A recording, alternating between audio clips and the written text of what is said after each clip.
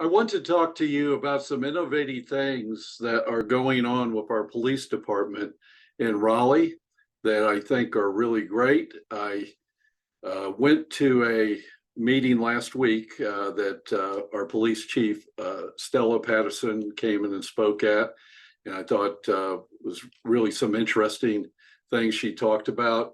Number one was that they are starting to use volunteers to go out and help out with writing accident reports. Another one that they have is that they've set up a thing with Advance Auto that when they pull someone for a violation involves a equipment failure on the car, like a headlight being out, that kind of equipment failure, those type of things that the police officers are able to give them an Advance Auto gift card that's paid for by Advance Auto. And they're starting now to work on community relations and sending our police in to talk to communities and start getting better communications there.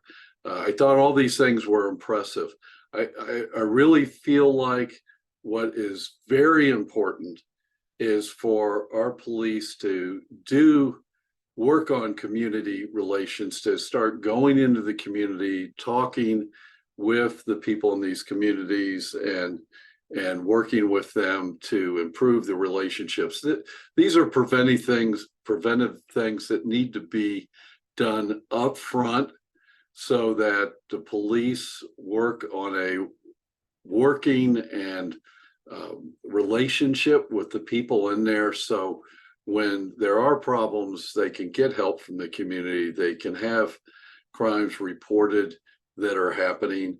When they have to go in and make arrests or do different things that involve public protection, that the community's got their back.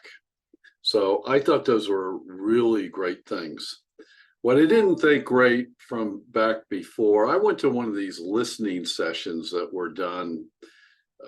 I went to one, let's see, I guess it was probably about a year ago, where I really saw it to be a needless thing, where they came in and basically were reading a new policy that they were instituting. I thought it was a total waste of time.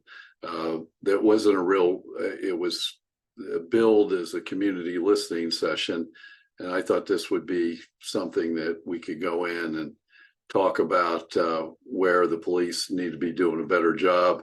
I don't think they're doing these anymore, but all they did was just read off a policy in sections and ask for our input on it. And I guess that was better than nothing. But to me, a listening session ought to be where the public comes in and talks about, hey, we've got these problems and how can we work with you to help resolve these. Now, she did mention that there was a 6% improvement in crime in Raleigh. I don't think I'd know that if in North Raleigh. That may be true for the community overall, but in North Raleigh, all you have to do is read Nextdoor right now and see that there's a lot more crime where we have cars being broken into, cars being stolen.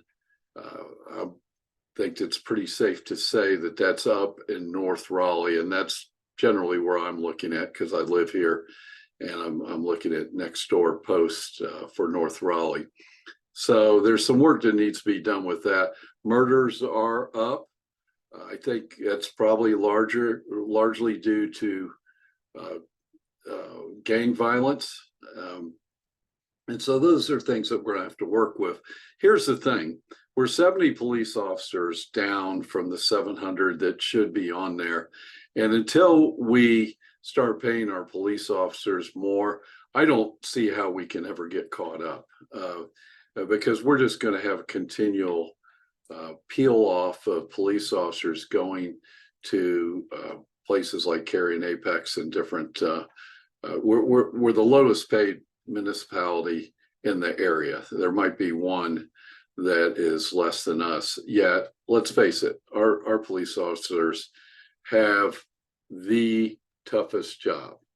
Um, and Raleigh is just not an affordable place for our police officers to live. So they have to commute in here and take the time to do that. It's we're going to end up not keeping the best, but losing those to the other municipalities. So we need to pay our guys what's necessary for them to stay on board. So one of the things that she said I really liked was that we really need to be at 1,000 police officers to be on par with what other municipalities do. I think that's going to be an uphill fight simply because a lot of people don't realize this. We have factions in Raleigh that are actively out there pushing to take money away from to defund the police office, the police in our community. It's a movement called Defund Raleigh. They're extremely active.